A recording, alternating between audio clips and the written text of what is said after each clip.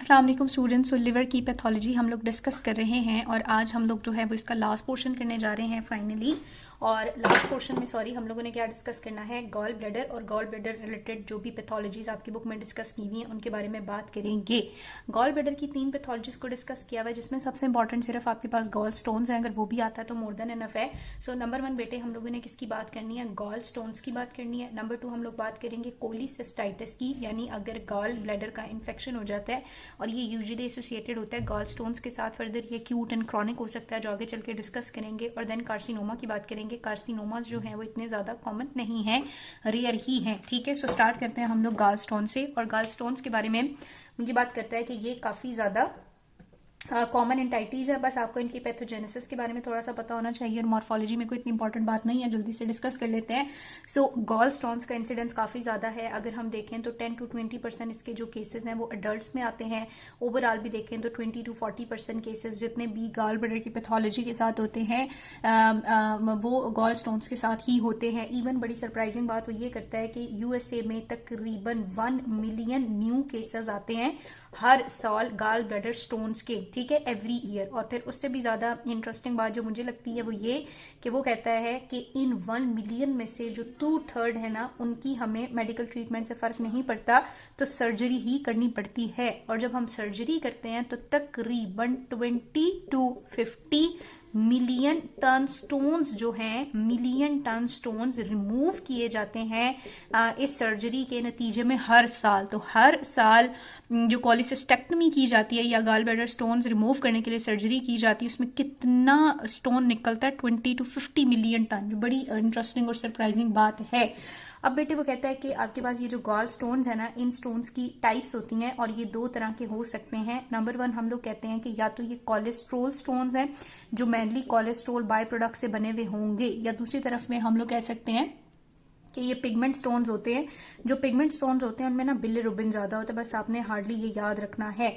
सो कहता है कि जो कोलेस्ट्रोल स्टोन्स हैं, कोलेस्ट्रोल से जो बने हुए होते हैं मोस्टली, इनके अंदर क्रिस्टलाइन कोलेस्ट्रोल और मोनोहाइड्रेट, ठीक है, क्रिस्टलाइन कोलेस्ट्रोल मोनोहाइड्रेट से ये बने हुए होते हैं। और दूसरी तरफ अगर हम पिगमेंट स्टोन्स की बात करेंगे तो वो कहता है कि ये जो पिगमेंट स्टोन्स हैं ये बिलीरुबिन कैल्शियम सॉल्ट से बनते हैं। किससे बनते हैं? बिलीरुबिन कैल्शियम सॉल्ट से बने हुए होते हैं। उसके बाद बेटे इसकी पैथोजेनेसिस डिस्कस करता है। तो पैथोजेनेसिस बहुत ही ज्यादा आसान सी और इंटरेस्टिंग सी है, मैं भी बस 2 मिनट में आप लोगों को वो करा दूंगी। सो अगर हम लोग गॉल स्टोन की पैथोजेनेसिस के बारे में बात करें तो एक पूरे सीक्वेंस में बात करेंगे। नंबर 1 वो ये कहता है कि ऐसे होता है कि जितना भी एक्सेस कोलेस्ट्रोल है ना आपकी बॉडी के अंदर, वो सारे का सारा एक्सेस कोलेस्ट्रोल बाइल फॉर्मेशन के थ्रू बॉडी से रिमूव किया जाता है। यानी बाइल के अंदर आपका जो एक्सेस कोलेस्ट्रोल है वो रिमूव होगा। तो बाइल की फॉर्मेशन या बाइल अगर बहुत सेचुरेट हो जाएगी, वो एक्सेस कोलेस्ट्रोल को नहीं बॉडी से एलिमिनेट कर सकेगी, तो वो कोलेस्ट्रोल रिटेन होगा और जाहिर है वो स्टोन्स कॉज कर देगा। तो ये इसकी पैथोलॉजी है, सिंपल सी पैथोजेनेसिस है। सॉरी। सो बाइल की फॉर्मेशन क्या करती है, आपकी बॉडी में जितना भी एक्सेस कोलेस्ट्रोल होता है उसको एलिमिनेट करती है। अब जो एक्सेस कोलेस्ट्रोल है इसमें वो कहता है कि चाहे हमारे पास ये फ्री कोलेस्ट्रोल की आप बात कर रही हो या बाइल सॉल्ट्स की, क्योंकि बाइल सॉल्ट्स भी कोलेस्ट्रोल से ही बनते हैं, तो ये दोनों चीजें जो हैं वो बाइल फॉर्मेशन में ही बॉडी से रिमूव हो जाती हैं। अब नॉर्मली हमारा जो कोलेस्ट्रोल होता है ना वो इस तरह से बॉडी से रिमूव नहीं हो सकता, वो वाटर इनसॉल्युबल होता है। लेकिन कोलेस्ट्रोल की और जो बाइल एसिड और लेसिथिन है इनकी आपस में कॉन्जुगेशन और एग्रीगेशन होती है और इस एग्रीगेशन की वजह से ये वाटर सॉल्युबल बन जाता है और आपकी बॉडी से एक्सक्रीट हो जाता है। मैं आप लोगों को उस तरह पढ़ाती हूँ जिस तरह आपकी बुक में लिखा हुआ होता है, वर्ड टू वर्ड, ठीक है।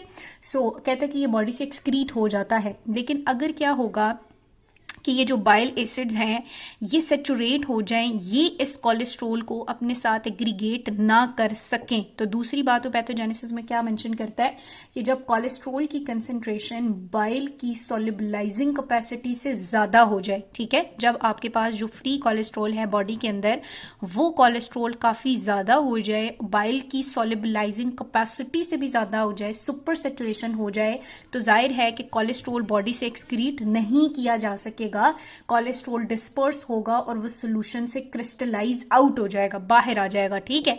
और जब कोलेस्ट्रॉल क्रिस्टलाइज आउट हो जाएगा तो ऑब्वियसली बात है बेटे आपके पास क्या बन जाएंगे, कोलेस्ट्रॉल स्टोन्स बन जाएंगे इनिशियली। तो क्या समझ आई कि जितना भी एक्सेस कोलेस्ट्रॉल है उसको बाइल के साथ सेचुरेट करके एग्रीगेट करके, बाइल का काम होता है इसको रिमूव करना, लेकिन अगर बाइल एसिड्स की इतनी सोलेबलाइजिंग पावर ना हो कि वो इस सारे को रिमूव कर सकें तो एक्सेस कोलेस्ट्रॉल क्या होगा, सोलेबलाइज आउट हो जाएगा, क्रिस्टलाइज हो जाएगा और प्रेसिपिटेट्स बन जाएंगे और यूं आपके पास गॉल स्टोन्स बन जाएंगे।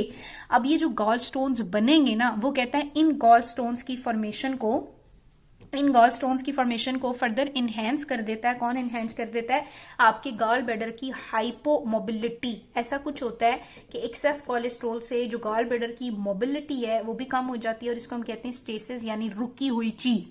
ये स्टेसिस इनकी फॉर्मेशन को फर्दर क्या करती है, फेवर करती है।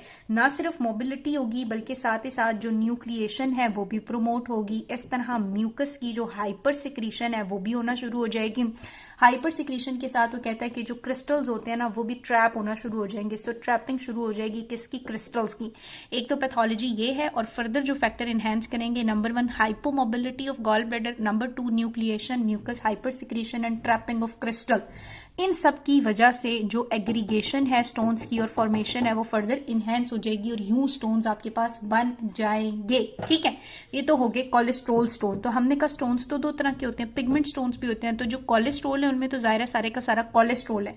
अब जो पिगमेंट स्टोन्स होते हैं उनके अंदर क्या होता है, तो कहते हैं जो पिगमेंट स्टोन्स होते हैं वो तब बनते हैं जब आपकी बाइल के अंदर ना बहुत ज्यादा अनकॉन्जुगेटेड बिलिरुबिन अगर बाइल के अंदर एक्सक्रीट हो रहा होगा तो वहां पे स्टोन्स बनना शुरू हो जाएंगे। और वो कौन से स्टोन होंगे, वो पिगमेंट स्टोन्स होंगे, ठीक है, जब बाइल के अंदर बहुत ज्यादा आ रहा होगा। अब ये बाइल के अंदर अनकॉन्जुगेटेड बिलिरुबिन क्यों आ रहा होगा, इसकी बहुत सारी रीजन हो सकती हैं। फॉर एग्जाम्पल अगर बॉडी के अंदर हमने कहा था रेड ब्लड सेल्स की हिमोलिसिस ज्यादा हो रही होगी तो जस्ट बिलिरुबिन ज्यादा होगा, बिलिवर्डिन ज्यादा होगा तो ये बहुत ज्यादा एक्सक्रीट होगा तो बाइल स्टोन्स बन जाएंगे। इसी तरह कहता है कि अगर आपका जो बिलरी ट्रैक है अगर उसका कोई इन्फेक्शन हुआ होगा तो वो भी कॉज कर सकता है। So this is all about pathogenesis of your gall stones. तो हमने कहा कि जो गॉल स्टोन्स होते हैं वो दो तरह के हो सकते हैं, नंबर 1 कोलेस्ट्रॉल और नंबर 2 बेटे पिगमेंट स्टोन। कोलेस्ट्रॉल स्टोन्स तब बनेंगे जब कोलेस्ट्रॉल इतना ज्यादा होगा कि बाइल उसको सॉल्युबलाइज नहीं कर सकेगी, वो प्रेसिपिटेट होगा, एग्रीगेट होगा और उसको फर्दर ये तीन चीजें फेवर करेंगी जिससे आपके पास स्टोन्स बन जाएंगे। नंबर 2 होते हैं पिगमेंट स्टोन। पिगमेंट स्टोन तब बनते हैं जब आपकी बाइल के अंदर अनकॉन्जुगेटेड बिलिरुबिन बहुत ज्यादा होता है और वो वहां पे प्रेसिपिटेट होता है। और क्यों अनकॉन्जुगेटेड बिलिरुबिन ज्यादा होता है, या तो रेड ब्लड सेल की लाइसिस हो रही है या कोई भी इन्फेक्शन वहां पे प्रेजेंट है। So this is all about it's pathogenesis. अब हम लोग बेटे डिस्कस करेंगे कि वो कौन से ऐसे रिस्क फैक्टर हैं जो इन गॉल स्टोन्स की फॉर्मेशन को बहुत ज्यादा फेवर करते हैं।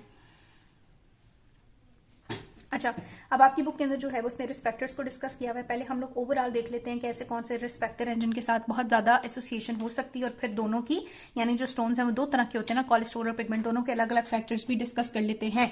सो ओवरऑल वो कहता है कि जो इनकी फॉर्मेशन है वो एज पे भी डिपेंड करती है, वो जेंडर के साथ भी वेरी करती है। जैसे जो कोलेस्ट्रॉल है वो देखेंगे हम फीमेल्स में ज्यादा प्रीडोमिनेंस रखते हैं। इसी तरह बेटे एथनिसिटी भी बहुत ज्यादा करती है। जो कोलेस्ट्रॉल स्टोन्स हैं वो यूरोपियंस में ज्यादा है, लेकिन जो पिगमेंटेड स्टोन है वो हमने देखा कि वो किसके अंदर ज्यादा है, एशियंस के अंदर ज्यादा होंगे। उसके बाद हेरिडिटरी भी फैक्टर्स हैं जो कि रिस्क फैक्टर है। हेरिडिटरी फैक्टर्स भी इसको डिसाइड करते हैं या इवैल्यूएट करने में हेल्प करते हैं। इन्वायरमेंटल फैक्टर भी हो सकते हैं। सो ओवरऑल ये सारे इसके लिए as a risk factor act करते हैं। अब चूंकि हमने कहा कि हमारे पास स्टोन्स जो हैं वो दो तरह के होते हैं तो दोनों के रिस्क फैक्टर जो हैं वो अलग अलग हम लोग लिख लेते हैं। तो नंबर 1 जो स्टोन्स हो सकते हैं वो आपके पास क्या है, कोलेस्ट्रॉल स्टोन्स हैं। और नंबर 2 बेटे हमने कहा हमारे पास बाइल पिगमेंट स्टोन्स हो सकते हैं जिनमें बाइल के अंदर पिगमेंट की एक्यूमुलेशन होगी। किस पिगमेंट की, अनकॉन्जुगेटेड बिलिरुबिन की। सो जो कोलेस्ट्रॉल स्टोन्स हैं, कोलेस्ट्रॉल स्टोन्स के रिस्क फैक्टर्स में वो लिखता है कि एज के वाइज, यानी जितनी ज्यादा एज ज्यादा होती जाएगी इसका रिस्क जो है वो बहुत ज्यादा बढ़ता जाएगा। डेमोग्राफी में अगर हम लोग डिस्कस करें तो यूरोप के अंदर या नॉर्थर्न यूरोप में इसके चांसेस या रिस्क बहुत ज्यादा होते हैं। फीमेल जेंडर में इसके जो रिस्क फैक्टर है वो ज्यादा होता है, वो ज्यादा प्रोन होती है। और वो फीमेल जो कि किसी भी तरह का सेक्स हार्मोन बाहर से ले रही है, फॉर एग्जाम्पल सीओसीपीज की फॉर्म में, या उसकी प्रेगनेंसी है या उसकी बॉडी में सेक्स हार्मोन की प्रोडक्शन बहुत ज्यादा है, तो ये सारी चीजें कॉन्ट्रीब्यूट कर सकती हैं टुवर्ड कोलेस्ट्रॉल स्टोन फॉर्मेशन। ना सिर्फ ये बल्कि वो कहता है कि अगर वो बहुत ज्यादा ओबीस है, जैसे कि मेटाबॉलिक सिंड्रोम है या इंसुलिन रेजिस्टेंस है या वेट गेन है या सडन वेट रिडक्शन भी है, तो ये भी कॉज कर सकता है, ठीक है। सडन वेट रिडक्शन भी आपके पास गॉल स्टोन जो है वो कॉज कर सकता है। इसके अलावा वो कहता है कोई इनबॉर्न डिसऑर्डर्स हैं, बाइल एसिड सिक्रीशन के या डिसलिपिडीमिया है तो वो भी इसको फेवर करेगा। और अगर इधर हम लोग बात करें तो इधर वो कहता है डेमोग्राफिकली अगर आप देखेंगे तो बाइल स्टोन्स जो हैं वो एशिया में ज्यादा है, या उस बंदे को कोई भी हीमोलिटिक डिजीज है, क्योंकि हीमोलिटिक डिजीज होगा तो आरबीसी ज्यादा टूटेगा, बिलिरुबिन ज्यादा आएगा और वो अनकॉन्जुगेटेड रह जाएगा और वो बाइल के अंदर एक्यूमुलेट होगा। सिकल सेल एनीमिया या इस तरह का कोई भी हेरिडिटरी या हीमोलिटिक डिजीज हो। इसके अलावा वो कहता है कि अगर बिलरी इन्फेक्शन प्रेजेंट हो तो भी बाइल स्टोन्स के चांसेस बहुत ज्यादा हो सकते हैं, या कोई जीआईटी का डिसऑर्डर होगा तो तब भी हो सकते हैं, ठीक है बेटे। अब अगर हम लोग इसकी मॉर्फोलॉजी के बारे में बात कर लें कि जब गॉल स्टोन्स बनते हैं तो मॉर्फोलॉजी के लिए इनकी क्या अपीयरेंस होती है, तो बहुत आसान सी, इतनी कोई बड़ी बात इन्होंने लिखी भी नहीं है। ये कहते हैं कि अगर हम लोग बात करें ना कोलेस्ट्रोल वालों की, तो कोलेस्ट्रोल यूजुअली कोलेस्ट्रोल स्टोन्स जो हैं वो यूजुअली अराइज होते हैं कहाँ से, गॉल ब्लैडर से, ठीक है। और 50 to 100% हमने देखा कि इनके अंदर जो है वो कोलेस्ट्रोल ही होगा, क्योंकि ये एक्सेस कोलेस्ट्रोल से जो बने हुए होते हैं। अगर हम लोग इनकी अपीयरेंस की बात करें तो इनिशियली वो कहता है कि ये जो स्टोन्स हैं ये पेल येलो इन कलर हो सकते हैं। इनके अंदर जो दूसरी चीजें होती हैं, कोलेस्ट्रोल तो होगा ही होगा, लेकिन साथ साथ अगर हम देखेंगे तो कैल्शियम कार्बोनेट की प्रोपोर्शन भी बढ़ रही होती है। उसके बाद फॉस्फेट के लेवल्स भी हो सकते हैं, बिलिरुबिन भी हो सकता है। और अगर बिलिरुबिन होगा तो बिलिरुबिन की वजह से इसकी ग्रे वाइट अपीयरेंस होना शुरू हो जाएगी, जो कि कोलेस्ट्रोल की वजह से पहले क्या था, पेल था, लेकिन अगर बिलिरुबिन होगा तो इसकी ग्रे वाइट अपीयरेंस या इवन के ग्रे वाइट से आगे जाके ये ब्लैक डिस्कलरेशन में भी कन्वर्ट हो सकता है, अगर आहिस्ता आहिस्ता इन सारे सब्सटेंसेस की प्रोपोर्शन उसमें बढ़ती जाएगी। मॉर्फोलॉजिकली हम लोग देखेंगे तो मॉर्फोलॉजिकली वो कहता है कि ये ओवॉइड सा स्टोन होता है, समटाइम ये सिंगल भी हो सकता है या मल्टीपल भी हो सकता है, और फेम होता है, ठीक है। सो सिंगल भी हो सकता है और इवन मल्टीपल भी हो सकता है। सबसे इंपॉर्टेंट बात आपने ये याद रखनी है कि ज्यादातर ना ये रेडियो लूसेंट होते हैं, लेकिन समटाइम्स हमने देखा ये रेडियो ओपैक भी हो सकते हैं। सो this is all about your cholesterol वाला स्टोन। अब दूसरी बात हमारे पास आती है पिगमेंट स्टोन की ना, तो पिगमेंट स्टोन की मॉर्फोलॉजी के लिए वो कैसे डिस्कशन करता है, कहता है जो पिगमेंट स्टोन है, जैसे हमने ये कहा कि ये अराइज होता है आपके पास गॉल ब्लैडर से, तो पिगमेंट स्टोन जो है वो बिलरी ट्री में एनीवेयर कहीं से भी अराइज हो सकता है, नंबर 1। नंबर 2, अगर हम उसकी अपीयरेंस की बात करें तो जो पिगमेंट स्टोन है वो ब्लैक भी हो सकता है और ब्राउन भी हो सकता है। इसके बारे में क्या बात हुई थी कि ये पेल येलो होगा, और पेल येलो के बाद अगर इसमें ये सारी चीजें एक्यूमुलेट होना शुरू होंगी तो ये ग्रे वाइट या इवन ब्लैक हो सकता है, लेकिन जो पिगमेंटेड स्टोन है वो खुद ही ब्लैक या ग्रे कलर का होगा। अब वो कहता है कि ये जो ब्लैक वाला स्टोन होगा ना, ये स्टेराइल गॉल ब्लैडर बाइल से अराइज होता है, लेकिन ब्राउन यूजुअली तब होता है जब हम लोग कहें कि इंट्रा हिपैटिक या एक्स्ट्रा हिपैटिक इन्फेक्शन है, ठीक है। सो अगर तो स्टेराइल है यानी इन्फेक्शन नहीं है तो फिर ब्लैक होगा, लेकिन ब्राउन में साथ में वो क्या इंडिकेट करता है कि कोई ना कोई इन्फेक्शन की जो प्रेजेंस है वो भी हो सकती है, ठीक है बेटे।